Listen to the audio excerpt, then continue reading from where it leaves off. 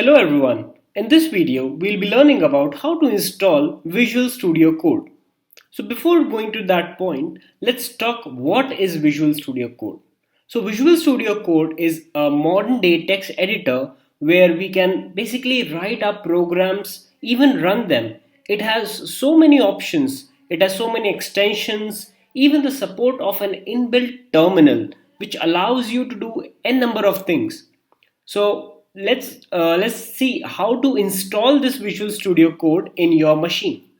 So if you go to this website code.visualstudio.com, this is the official website from where you can download Visual Studio Code. Now going to this website allows you to download multiple options for different types of operating systems. For example, Mac OS, Windows, and Linux. So you can have any type of option for your particular operating system. I am using Mac OS, so I'll be clicking on this download button, and using this button, my download will be started. You can see it is started its download, and it will take around a minute to complete the download. So meanwhile it is getting downloaded, I'll just give you a brief overview on how we'll be proceeding with this. So after installation, we'll be looking at how we can write Python files or JavaScript files or any kind of file in a Visual Studio Code environment.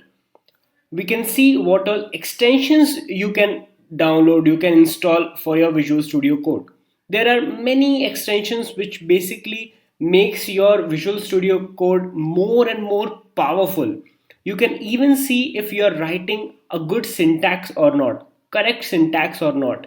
You can even see if you have just one play button to run your entire program, to execute the entire program. So it is power packed with all such features.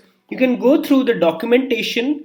These all links will be provided to you, and it's one of the top extensions for running Python, C++, JavaScript, C Sharp, all such things. And these things which you are looking at are the popular extensions. The Python extension is very popular. You can see 30 million downloads. So our VS Code is downloaded. So we just have to open the file which is downloaded. It will extract. Okay, you can see it is extracted and it is installed in your system. It's very straightforward. And as soon as you click it, it will start opening. It will start executing in the background.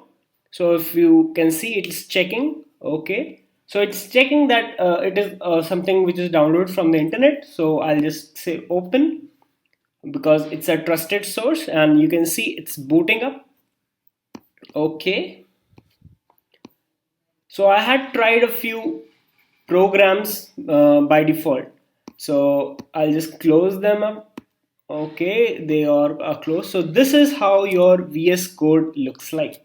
Okay, this is how the VS Code text editor looks like. So you can see, you can show all commands. These all are some shortcuts which you can use in your VS Code. But for beginning, you can just go here, and you can see this is a folder. You can remove this folder as well. Okay, and you can even add another folder to your workspace. This you can see is the project workspace. So if I want to add a folder to my workspace, I can add that as well. You can see I want a new folder, let's say new project. Okay, and I'll add this folder to my workspace. Okay, so now I have two folders. This I can remove. Okay, now you can see this is how your folder has been imported to VS Code. Now you can add new files to this folder. For example, new file. Okay, you can write your first Python file, test.py. Okay, .py means it's a Python file extension. Okay, this is your new Python file in your new VS Code editor.